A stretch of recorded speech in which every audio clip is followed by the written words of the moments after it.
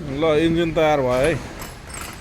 यो टर्बो नयाँ नहाली भएन, यो नयाँ वाटर पम्प नयाँ नहाली भएन। यो अगाडिको त ओइल पम्प थाहा छँदैछ होला, यो नयाँ हाल्नु परेको इन्जिन बनाउँदाखेरि हैन। यो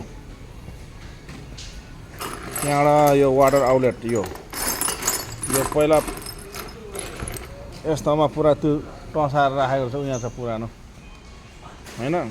यो नफेरि भएन।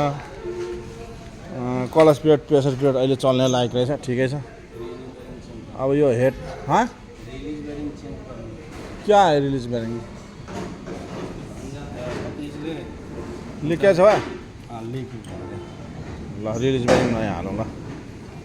यो हेड नयाँ भइहाल्यो, पम्प नजल सर्भिस भइहाल्यो। पुरानो टर्बो यो भइहाल्यो। यो नयाँ यो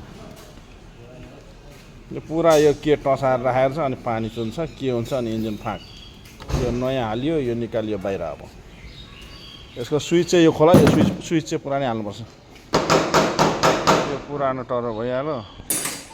अब यहाँ लाग्ने पाइप फुटेको छ हो, यस्तो डाइरेक्ट गरेको रहेछ। सानो यो खालको पाइप जोड्नु पर्छ, यसैले हुने रहेछ। यो पाइप मगाएको छ अब छैन।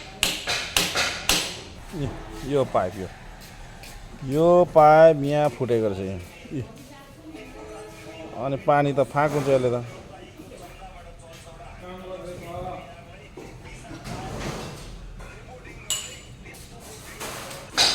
अब त्यसपछि इन्जिन चढाउँदै गर्दा हुन्छ।